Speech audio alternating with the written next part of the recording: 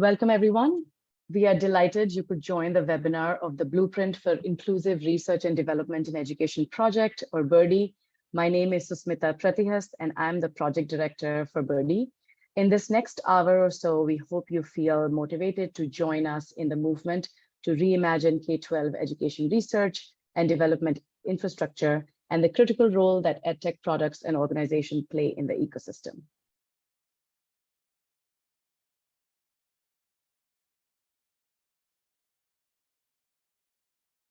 Sorry, my controls are a little off right now. If you've not done this already, please take a second to introduce yourself and let us know your name, organization, and where you're joining from in the chat. Also, throughout the webinar, please feel free to ask questions and drop your comments in the chat. If you have questions for a specific panelist, please indicate that in your question.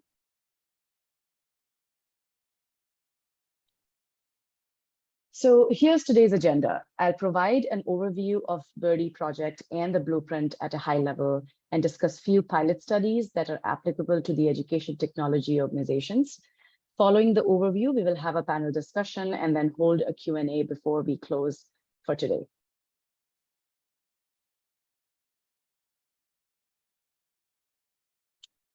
Before we begin our panel discussion, I would like to take a few minutes to introduce the work that brings us together today, the Blueprint for Inclusive Research and Development in Education, or BIRDE. The BIRDE project was formed in 2019 and is a diverse multi-stakeholder initiative with the goal to make R&D more inclusive and accessible. It has been focused on inclusivity and stakeholder engagement from its inception. The project produced a blueprint, a research framework that we will talk in a few minutes. This webinar serves as a part of the awareness campaign for the blueprint and the work of the BIRDE project. Now I'm going to play a 2-minute explainer video about BIRDE.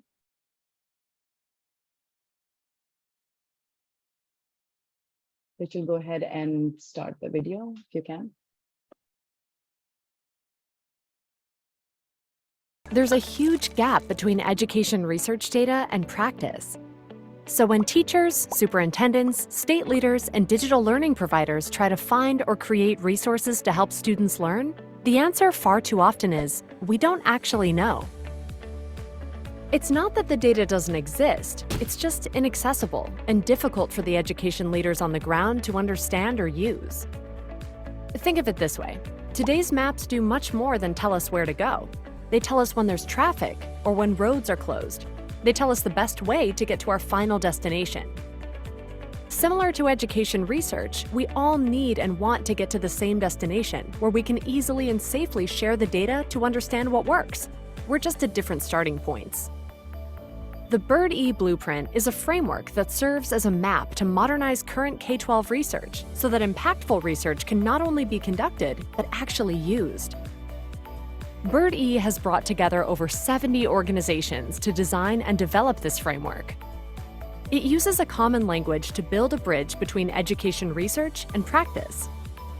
With this framework in hand, we each have the map to understand how to get from where we are to where we're going. It becomes easier to create research and use evidence that easily identifies what works for which students and how it works. Modeled off the healthcare industry's PICO framework, which helps formulate research questions, the blueprint summarizes 150 key elements that represent the core education data needs. By developing a systematic and consistent data collection process, these elements provide the foundation of education research infrastructure. With BIRDE, K-12 stakeholders from across the country can finally effectively collaborate and answer urgent education questions while setting students up for lifelong success. Learn more at bird-e.org.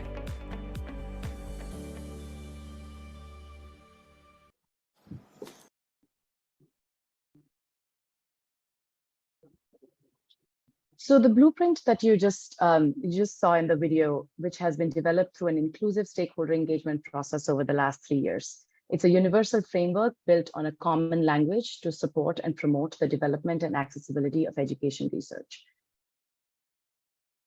The core blueprint, which is shown on the slide, is comprised of 65 elements. The advanced blueprint is comprised of 81 additional elements, a total of 146 elements, across both versions of the blueprint. Each element fits into one of the 5 categories or modules and has a short definition. In the space of knowledge mobilization, think of these elements as tags or codes. They can be applied to data to organize, sort, and analyze data sets. Because the blueprint now exists, we have a common language to make research more accessible and bridge the gap between research and practice. The blueprint will enable researchers, solution providers, and educators to conduct and be part of efficient, low-cost research.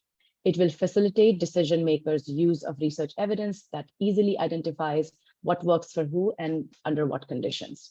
Overall, the blueprint aims to make the research process more inclusive, connected, and accessible.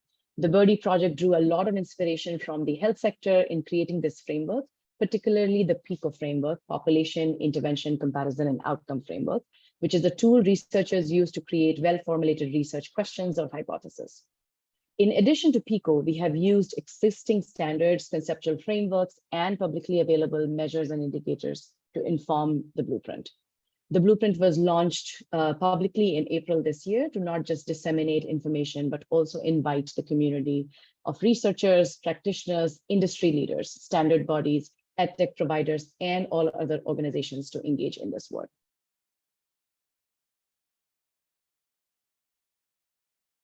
So this is the overview of the methodology that we have used for the development of the blueprint. We started off with an extensive stakeholder engagement, bringing in more than 70 organizations to influence and support our work. I cannot emphasize enough that this initiative and collaboration could not have been possible with the support of our stakeholder groups that spearheaded the work of steering committee, researchers and practitioner working group, as well as pilot partner organizations that helped us test and refine the blueprint in the last year or so. We also conducted a rigorous landscape analysis where we reviewed about 15,000 elements across existing frameworks, studies, and data sets to identify the key modules and elements that make up education research. We created use cases to understand how the blueprint would be adopted and used by different stakeholders. To inform our methodology and the development process, we conducted also a secondary literature review using the natural language processing techniques on around 110,000 titles and abstracts from openly available databases like Whatworks Clearinghouse, ERIC, and peer-reviewed closed journals. To refine the blueprint further, pilots with various partner organizations were conducted to test the usability and generalizability of the framework. So let's briefly talk about specific research and development challenges that Blueprint solves for. As we know, there are different types of players in the ecosystem, and all the players, from data standard bodies to evaluators to school districts, interact with education research in some form or the other, and consume research to inform their decisions. All these stakeholders face the challenges of consistency and lack of universal and shared language in data collection. It makes research expensive and provide limited means to replicate and much longer to be actualized. All these challenges contribute to widening gap between researchers and practitioners. The blueprint addresses that problem through a compilation of critical set of elements used for data collection, a framework to understand how to develop a well-formulated research hypothesis, and to articulate data needs to informaticians. It also enables development of consistent and searchable meta tags to aid discoverability of data for consumers. Of all the critical stakeholders in the ecosystem, there are direct and indirect beneficiaries of the blueprint. The direct beneficiaries of the blueprint include researchers, education technology organizations, and solution providers, federal and state and local agencies, as well as practitioners. The blueprint overall helps design a learning system that evolves with research and its usability in the community.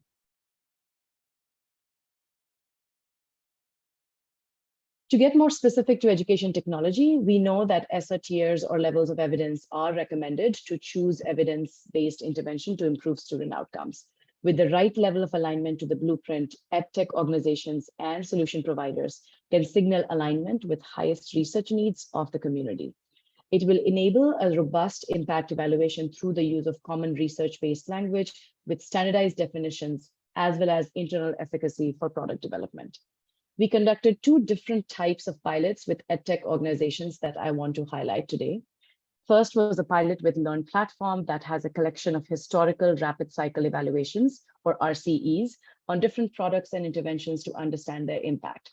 RCEs results drive the creation of Universal Evidence Reports, or the UERs, an open source form to document education evaluation information.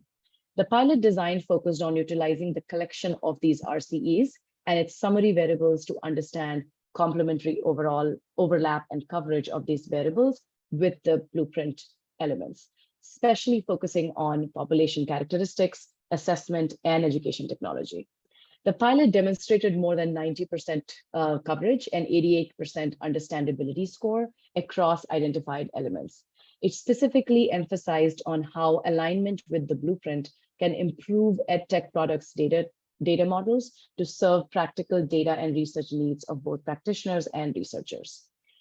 A similar pilot was conducted with Infinite Campus. It's a student information system where data variables from the entire data information system was mapped against the blueprint, with specific focus on behavior and student engagement modules. The blueprint demonstrated about 85% coverage in behavior and student engagement submodules against the student information system. Now, as you may understand, that Infinite Campus is an SIS, or a student information system, and may not align comprehensively with all modules of the blueprint, and that is okay. The main essence is to focus on the functional module that is being analyzed or assessed and evaluate its alignment to support the data needs of research and practitioners community. You can read more about our pilot studies on our website, and Rachel can put a link in the chat for you to go to it and review for yourself.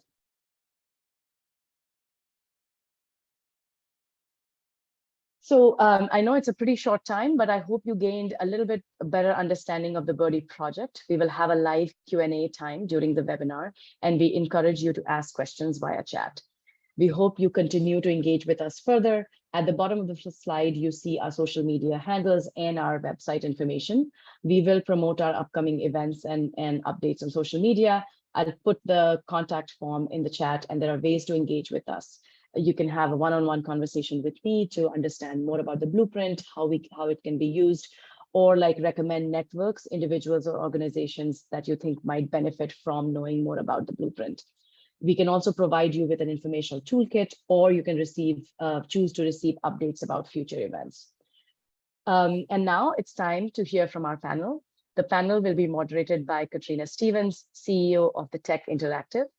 As an educator, administrator, and startup founder, she has focused on ways to create inspirational, impactful learning experiences for young people around the world. Before joining the Tech, she was the director of learning sciences at the Chan Zuckerberg Initiative, where she sought opportunities to improve learning, especially for young people who face the most serious obstacles to success. She also served as a member of Birdie's steering committee for the last 3 years.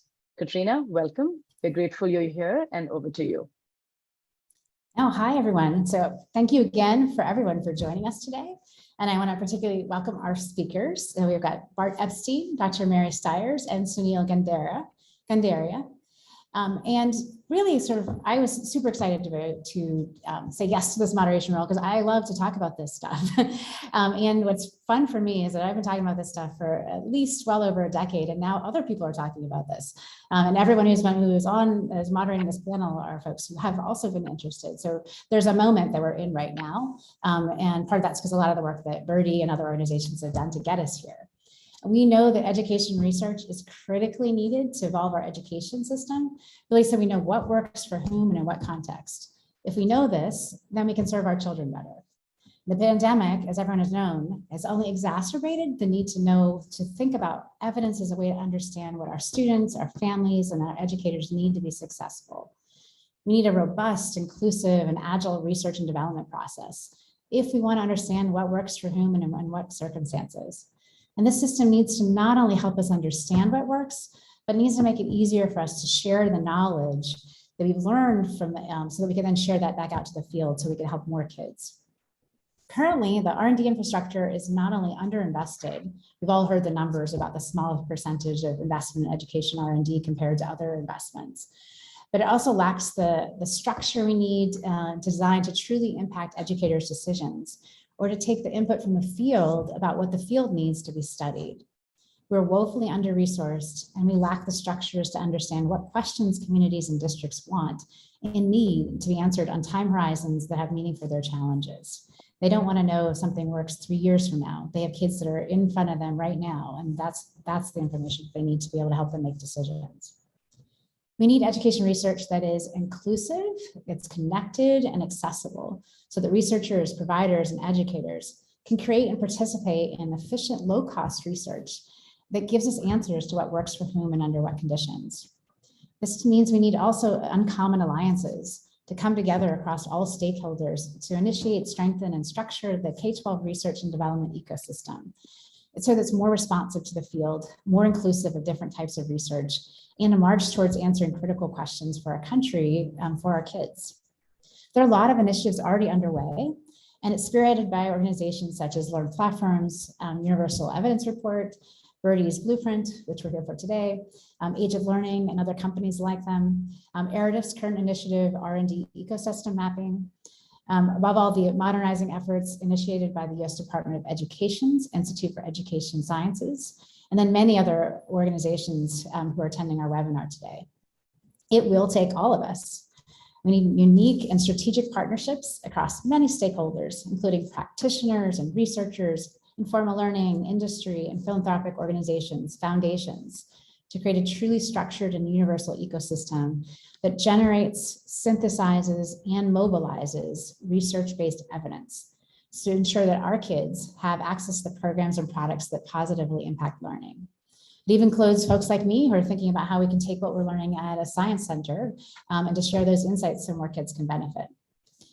Our kids deserve this investment, R&D, in the institutions and the infrastructure, the policies, programs, and practices that can come together to transform our R&D ecosystem. We have 3 amazing panelists today who are doing extraordinary work in our ecosystem. Bart Epstein is the president and CEO of the nonprofit EdTech Evidence Exchange and a research associate professor at the University of Virginia School of Education and Human Development. In these roles, Bart helps lead a national movement to support educators and institutional leaders to make better informed decisions about the educational technologies that they select and implement. One of the reasons that I said yes to this panel was just because I love talking about this, and then I saw who was on it. And so just share that I have worked in different capacities with these 3 folks over the years. So I know that about their deep investment in this work. And Bart and I were co-founders for the original of this, so we've been working on this for a long time. Sunil Gandaria serves as the Chief Innovation Officer and Head of Mastery and Adaptive Products at Age of Learning. As a product and strategy leader, Sunil works to develop and commercialize innovative research-based products that are proven to be effective. Age of Learning's mastery products leverage learning and behavioral science research, as well as AI to personalize learning to improve educational outcomes for all children. And I know that Sunil and Age of Learning have been working, one of the first companies to really think about how they could be doing research on their products to both infuse that in to make stronger products and to be able to share that out with the field. Dr. Mary Stiers is the Director of Research at Learn Platform. She possesses 15 years of experience in education research and pre-K-12 curriculum evaluation and has worked in both the public and private sectors. She earned a PhD in developmental psychology from North Carolina State University. And Learn Platform has been an organization that I have been following for a long time and have now on the board. So also excited to have Learn Platform here. So I would like to hear from each one of you regarding the work you're doing in the field of education technology, the urgency to reimagine the R&D infrastructure and to improve student outcomes and what is needed to do it now. So I'm going to start with kind of a broad question related to the topic. So how is your organization currently implementing solutions to facilitate equitable, inclusive research? So what is it you're actually practically doing at your organization? And I am going to start with and throw this to Bart. All right. Well, thank you, Katrina. It's great to see you and everybody. The EdTech marketplace is maturing now to a point where it really makes no sense to think of EdTech as a separate category. Nearly everything that happens in school now is powered by or dependent on technology. I think Learn Platform has put out some fascinating data recently about how the average school district uses hundreds of different EdTech products every month. I'm sure Mary has that actual number. But the point is, it's become ubiquitous. And as these products and services have taken center stage, there continues to be a growing hunger amongst educators and parents and watchdogs who want to see evidence used before decisions are made about which products and services are purchased for schools. And we are collectively spending approximately $50 billion per year on this technology with the expectation that it will drive meaningful improvements in learning outcomes. But as you heard at the beginning, we don't yet know what works where or why, in part because so much of our education research is not only siloed, but it's done using different data fields and definitions. And so the EdTech Evidence Exchange is leading an ambitious national effort to use field research to create the equivalent of the National Weather Service for education technology. And what I mean by that is we are working to pay cash stipends to a representative sample of tens of thousands of teachers nationwide and administrators through partnerships with states, teachers unions, the National Council of Teachers of Mathematics, to have them each report using common data fields that are part of the Birdie framework about the technology they're using and their contextual environments. And a heart of our work is not just getting feedback from those of us who are arguably super nerds who love technology, but rather from paying cash stipends to the teachers who have the worst complications, the most dysfunctional environments, the greatest challenges. We pay them stipends so that we can find out what's happening in their classrooms, how is technology working or not working, and how can we help them learn from each other?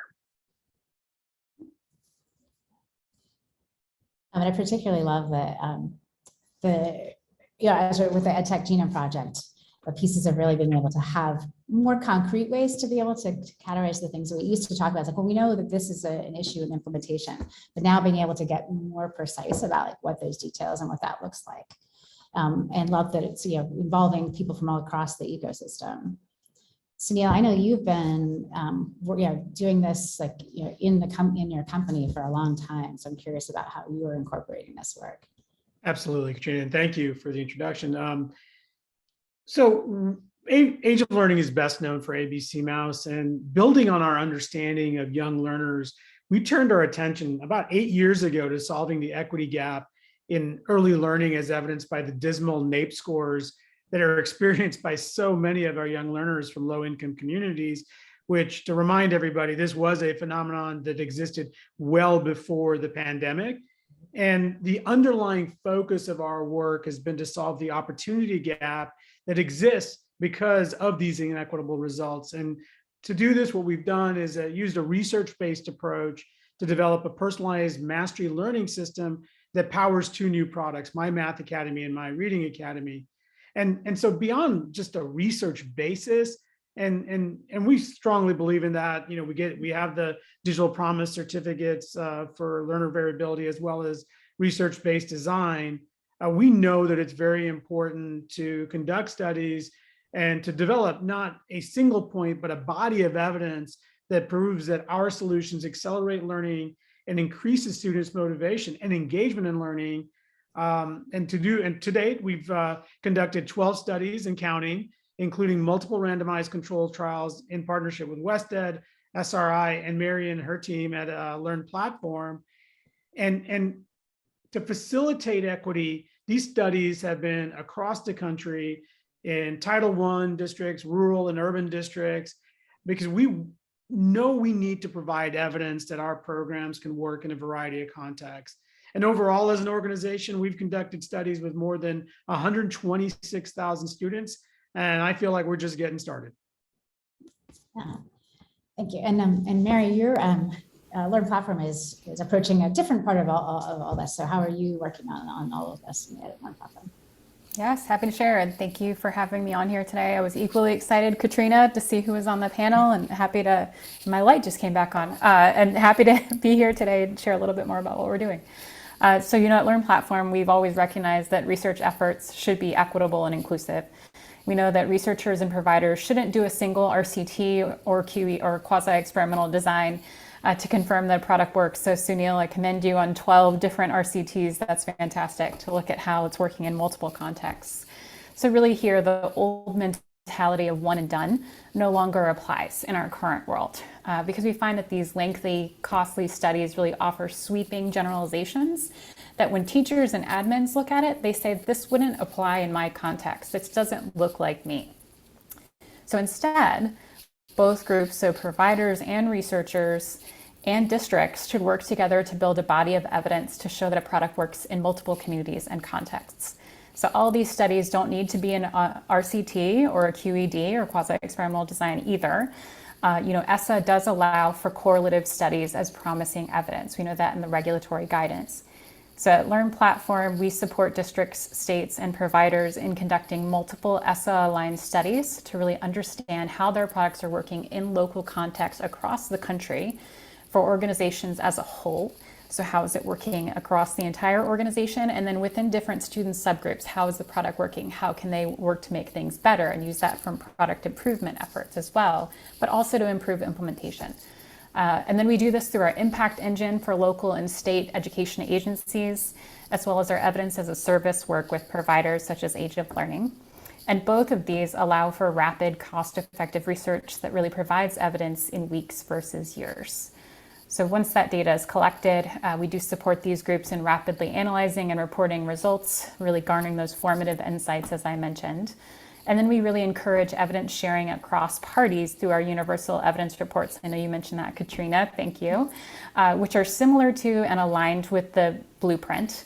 And that also does involve standardizing the research process because we know that's really important if we want to learn anything from all of these different studies that are done. We need to use a standard approach.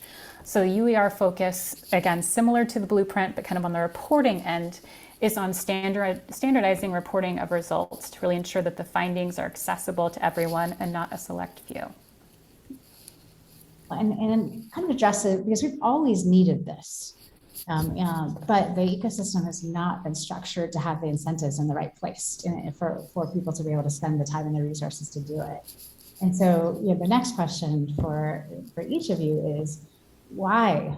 Why should organizations use this standard approach for conducting and reporting education research? Why is this so important? And both why is it important to the field, but also if you're a company and you have limited resources, why should you put some of your energy into doing this? Why does it matter? And how does it benefit both the ecosystem and individual organizations? I'm actually going to start with you, Mary, and we're kind of reverse it. And also I'll throw this one to you first. Sounds great. And actually, Bart actually alluded to this and to our numbers. We have a translation problem in education, K-12 education research. When you look at it in the year 2021 to 2022 school year, there are now 1,417 tools used in the average US school district each month. So let me say that again, 1,417 tools, which is an amazingly large amount. And this has only gotten larger over the COVID pandemic. We also see that with educators and students, they're each using over 140 unique tools over the course of an entire school year. So when you think about the amount of tools that they're managing and dealing with, that is extremely large. But the problem is that many of these tools actually lack any evidence that they actually do what they are supposed to do. So meanwhile, ESSA regulatory guidance really emphasizes that schools and districts should have standardized research that falls into one of 4 tiers of evidence, with designs ranging from anything from a logic model and supporting literature to high quality correlative studies, quasi-experimental designs, and those randomized control trials. And ESSA also emphasizes that it should be in a context similar to the school or district purchasing the product. So again, emphasizing the need to look at how it's working in multiple contexts versus a single study. So we really need more rapid, standardized research that provides those needed insights on how thousands of these different products are working in different contexts across the country. So when thinking about the blueprint indicators in particular, we need to know how these products are working across different populations, so how they're working for different groups of students, what is really involved in these different interventions, so thinking about implementation and cost factors, and then the ultimate impact of these interventions on student outcomes. So while the blueprint does provide that standard framework for data collection and research question framing, again, the UER is focused on standardizing the outputs to make it easier for people to understand and incorporate research findings into practice. We see the two working well together. So both the blueprint and the UER are important in really taking a standard approach to conducting and reporting on standardized ESSA-aligned research that enhances our collective understanding of what works for whom, where, and how. Well, there's just a moment last week when the U.S. Secretary of Education shared actually that number of the 1,417 tools being used with the White House in a briefing for the Office of Science and Technology Policy. So this is something that folks are paying attention to on the highest, parts of our government are really looking at and thinking about this. And I do want to underscore, because I was part of the committee that wrote the guidance for ESSA around this evidence piece, and our intention was to not have it necessarily always be, we want to have a pathway. So as newer things were coming in, the intention was that new products or new resources or interventions would be able to move through, and that we were designed to gather more evidence. I think sometimes some districts or states will just take it as like, oh, it has to be the highest. And that actually was never the intention. The idea was like for us to actually gather more and more evidence about what was working. So Sunil, you're in a company, and so what's your advice or why this is important to do from that perspective? Yeah, and just to talk to Mary's point on translation problem, and give some further context. I've been out in the field talking to policymakers, board members, administrators, and teachers, and what I've learned is that there is a desire for evidence. However, there's not really a shared understanding of what constitutes evidence and how it might benefit students, and therefore how it should inform decision-making. And my takeaway is that there's at least 3 key benefits to a standardized approach to collecting and reporting on research. First, kind of addressing the discovery problem. How do decision makers find solutions that are likely to be effective? A lot of research evidence, including the 12 studies I mentioned, are unfortunately locked in peer-reviewed journals that sit behind paywalls. So the access point and UER looks to address that, and I think that's really important. Second is improve understanding of what the evidence means, as well as improving the comparability of research across common indicators. I think that'll also allow decision makers to identify factors that are most important to their students' context, and improve their ability to select solutions that have the highest probability of delivering the results that the students deserve. And this also includes, and Mary, you mentioned this, setting expectations. It's not enough just to buy the solution, but ensuring that they're implemented with fidelity to achieve the desired outcome we want. Third, a standards framework should lead to more accountability across the ecosystem. And what this means is that funding bodies, whether it be federal funding like ESSA or Title I, Title III, whatever it might be, or states or local school boards, have the data they need to evaluate if the solutions being used are leading to better, more equitable outcomes. And I think that is a responsibility that once you have access to evidence, we have to ensure is lived up to. So all of us in the educational ecosystem, I feel, need to be accountable for that $50 billion that Bart mentioned, investment that's being made actually does lead to better outcomes and increased equity. Here. Bart, do you want to add to how you are fitting? I do. So your good question was about why companies should use the Birdie framework. And I want to add 2 things. The first is, if I ask you what the temperature is today, I expect you're going to use a common measure, probably degrees. You're not going to say, oh, it's 412 Katrinas out today, right? We have standard measures because they make life easier. And if you use standard measures and you build them into the way you do your internal work at your company, it'll make it a lot easier for you to eventually recruit researchers who will then need to spend less of their time and your money developing measures from scratch or trying to explain to third parties what their research found. Use common language and everyone will know what you mean. Second, research that is done using Birdie measures instantly becomes modular. meaning that it can be stacked and combined with other research studies. Right now, nearly every research study is an island. If you and I separately interviewed 5,000 teachers and asked them 10 questions in non-standard formats, we would be unable to leverage our research to help each other. But if we both use the Birdie framework, and then we give ourselves the option to learn more by looking at the research results and potentially the data sets from unrelated studies that may have asked the same questions over the course of many years to a much larger population. And that means you can get a lot more bang for your buck and a lot more intelligence out of the research that you do. Yeah, I'm just thinking, I mean, back from when I was a teacher, when we have to go and look for evidence, you basically find a research paper that said, there's an effect size of 1.3, and I didn't know what to do with that. Educators have a lot on their plate, so being able to take that and have a common measure, and then be able to go, that translation piece around, what do I do with that? What does that mean? Does that mean that's good for my kids, and which of my kids is that good for?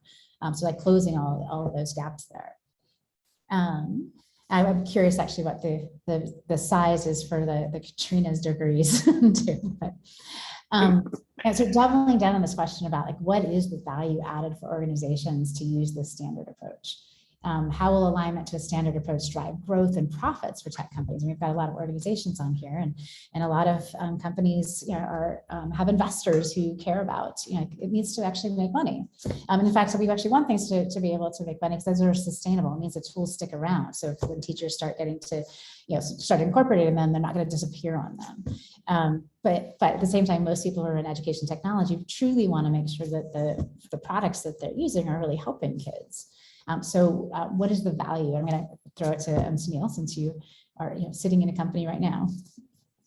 Yeah, and Katrina, you highlighted the underinvestment, and been thinking a lot about this question. Let me reframe it a little bit, and with what I think we all can agree on is that human capital is by far the most important component in the success of our society. And our current system is not equitably serving our future human capital, which is our children, as well as it should. And it's amazing that relative to the large spend of public dollars in education, there's very little capital going towards innovation, and whether that's public or private sector, invested relative to the potential return, whether you look at that from an organizational perspective or a societal value potential, as you were pointing out, Katrina.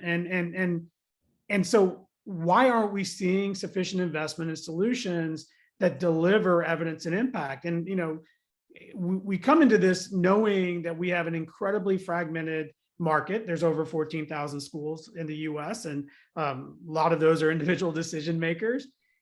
And unfortunately, that without a framework, it's it's not predictable in terms of what criteria is being used to select solutions. It shouldn't be simply, I have the best sales force. It should be, I'm making the most impact. And I would like to postulate that a standard or framework that creates guidance and accountability, that purchasing decisions will be based on evidence of impact, would help create a mindset that as an organization, and if we solve a problem better and we have the most impact, that we'll see ROI and competitive advantage because of the evidence of impact, that something like Birdie and UER, and just making it more accessible in terms of evidence of what works, would drive immense capital into innovation and educational technology, and actually unlock the potential that exists in all of our students. So it's really essential that we figure this out. Yeah, I think in the early days of EdTech, because I was back then, things were just new. And so there wasn't that expectation of needing to be able to prove whether something worked or not, or in what space. And I'm hearing that from districts now. Yeah, as renewals are coming through for companies, that there's this increased asking and pushing on what tools they want to keep and which ones are working, and which is very different, I think, than the early days of EdTech. Mary, I'll throw this question to you as well. Of course, and actually I've been hearing the same thing from districts and also from providers coming to us and saying that they're now seeing in RFPs for districts that they're requiring that you at least have ESSA Tier 4 evidence or higher. So it's something that we're hearing more and more. But kind of in response to your question, at a minimum, ESSA does require that schools and districts use products that are evidence-based. At the very least, these studies should be logic models to start with a foundation so that you know how you will plan for a correlative, quasi-experimental, or experimental study in nature. And again, as I mentioned, we're starting to hear more providers and districts start to come to us and say that they really need this evidence because of the COVID pandemic, right? There's a large number of solutions, and so they have to kind of whittle down and see which of these are most effective. So it's no longer a nice to have, right? ESSA-aligned research is really a need to have for learning solutions to stay competitive. And it's really imperative that organizations follow ESSA and craft research questions using the blueprint and sharing the results through the Universal Evidence Report so that it's accessible to districts and schools across the country, so that education decision makers and practitioners can really see and effectively utilize and understand these high quality research findings to really inform their decisions in local contexts. Digital learning solution providers who acknowledge this need to engage in high quality research and widely share the results, I feel like they will see greater buy-in and acceptance from the market. That's what we're starting to see and hear on our End at Learn platform. And meanwhile, providers who do not build their evidence base through ongoing high quality standardized research in every context will eventually be left behind, because that's the way the field is going. Bart? This is a great question, and my answer relates to inquiries I got at the beginning of the pandemic. When school districts contacted me and said, OMG, we have to switch to completely digital and we don't have anything, what should we do? And my answer was, you need a time machine to go back 3 years and start laying the foundation for doing digital instruction, because it takes time to figure out which tools are most appropriate, what training do you do, how do you set up pilots, how do you give agency to the people involved, how do you roll them out in a way to build success? You can't shortcut that. And if you believe that the movement towards demanding more evidence from EdTech providers is going to continue, then you should get ahead of the curve now, because using research and doing it using the Birdie format sets you up for a competitive advantage in the marketplace in the future, as funders and schools increasingly require research to be done in a robust manner, potentially in compliance with Birdie. So I'd ask you, if an RFP comes out in 2026 requiring 5 years of efficacy data to be reported in common formats, will you be ready? Will your competitors? Once the question gets asked, either you have it or you don't. And the companies that I have been a part of and advise and invest in, I want them to be the one asking the question, and I want them to be the ones having the evidence when it becomes trendy and then it moves into an absolute legal requirement, which I think is coming, and it's coming soon.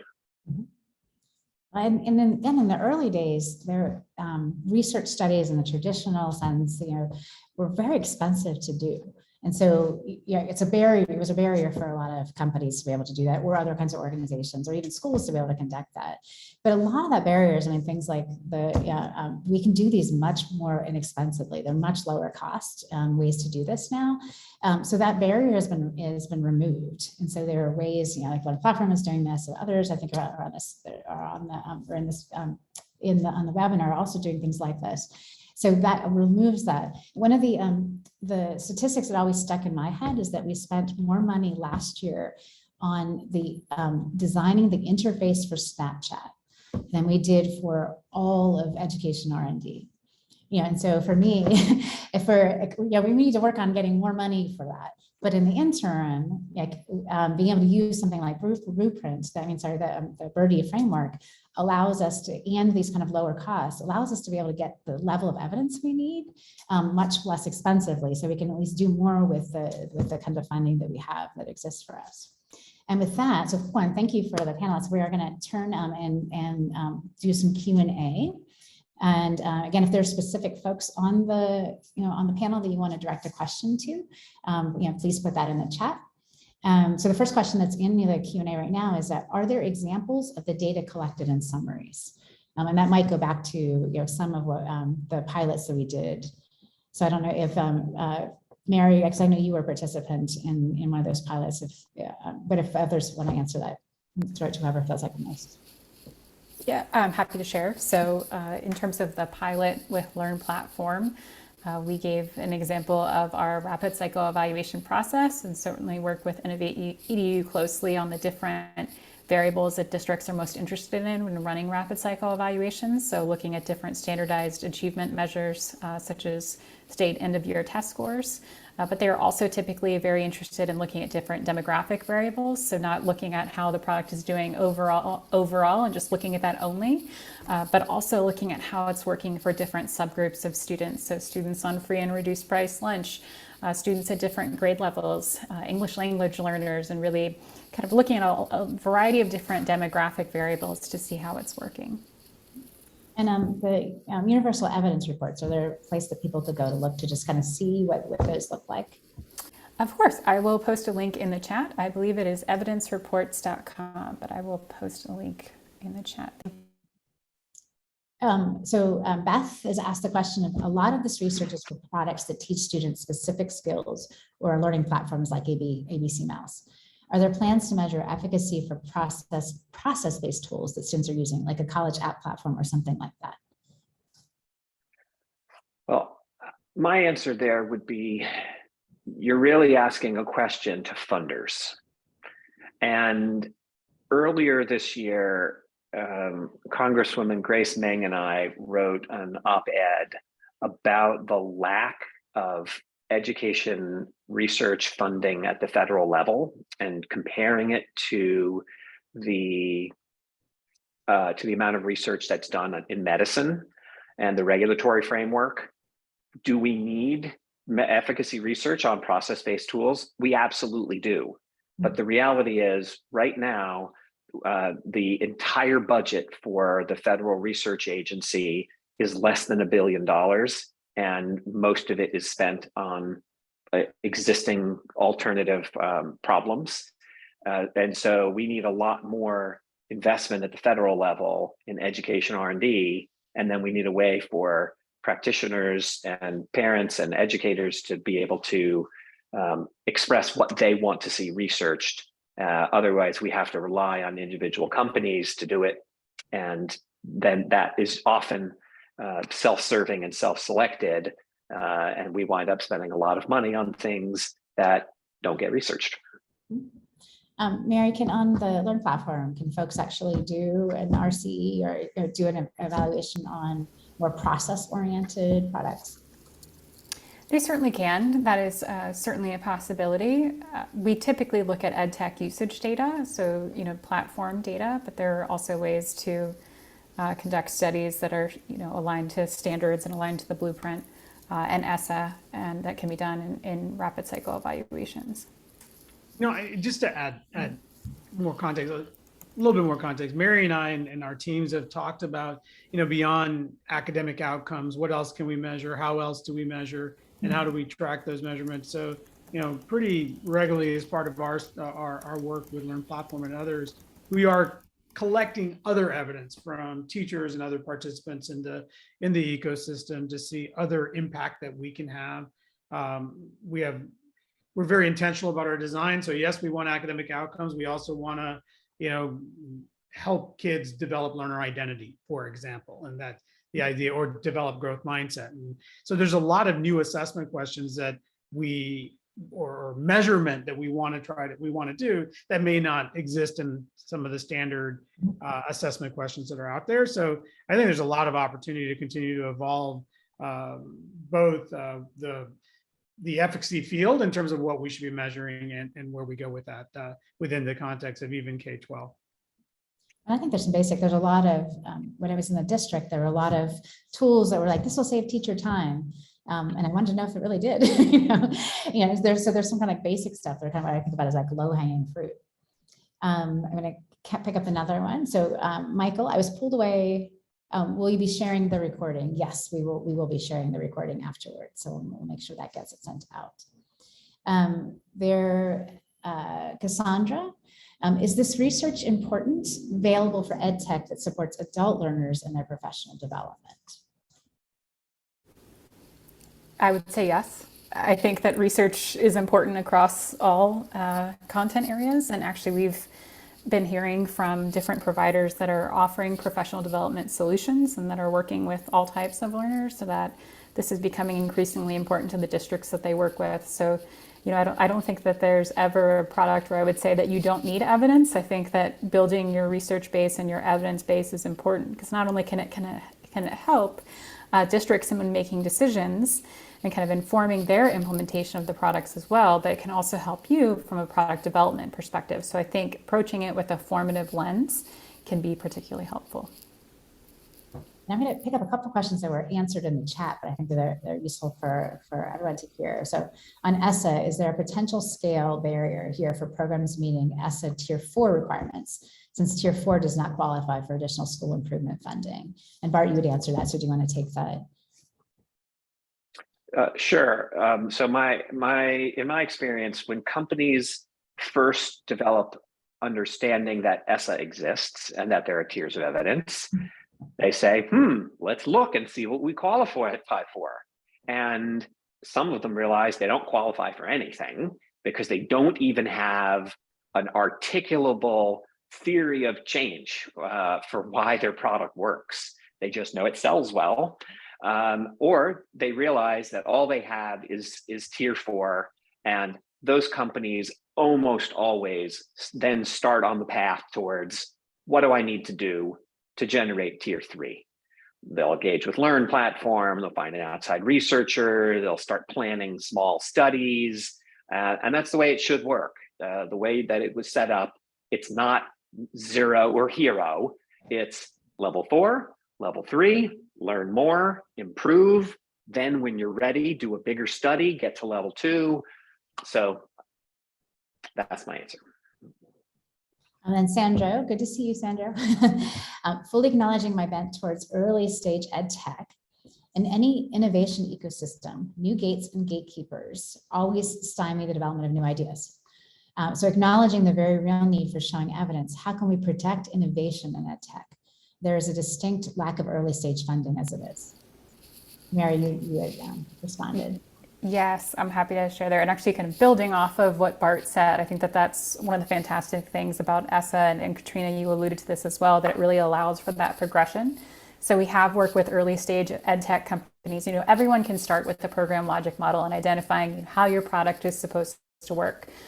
Identifying how it's supposed to impact student outcomes. And this isn't a fixed resource. This can change over time as you learn new information, right? So it can continue to evolve.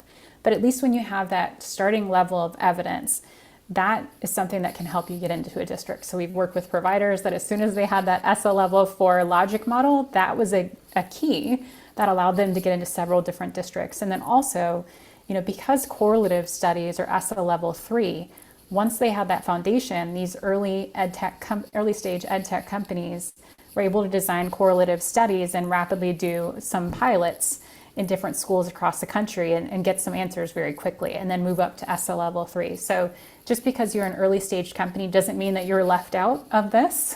There are different ways to start building your evidence base, and starting with that ESSA level 4, I think is particularly helpful. So we're all for innovation, right, in EdTech, and that is, ESSA allows for that pathway. And if I just may add, you start with the research basis and what's your theory of change? What problem do you want to solve? And then work backwards towards, how do I get evidence that I'm that my solution is solving that problem?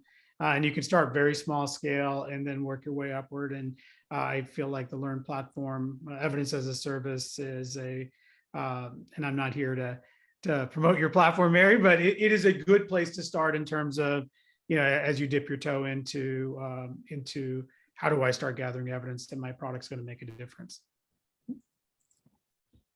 And so if you, after this, have questions, you're like, oh, I really wish I had a chance to be able to ask that question and didn't have an opportunity to here. You can tweet the questions. You can also, Susmita is gonna put in the chat, it's gonna put her email. You can ask her questions, and then she'll be able to make sure that it gets followed up. There's also gonna be an FAQ that's gonna get sent out after this. And the recording will also be available. And so this concludes our webinar. We are really happy that you could join. As Bart said at the beginning, it's fun to be around people who think this is, not only is that EdTech cool, but that the R&D around EdTech. So we appreciate folks who spent the last hour with us, and hope to be able, the folks who are a part of the webinar or will want to collaborate in some way. We're going to put our social media handles once again, will be in the chat. And as I said, we'll be following up with the recording as well, webinar, as well as the presentation for your review. Please connect with us for any questions that you might have on how to engage with Birdie, with this framework, how the blueprint can be benefit to your organization's needs, particularly in R&D. And we hope to see you at future Innovate EDU events. Thanks, and have a wonderful day.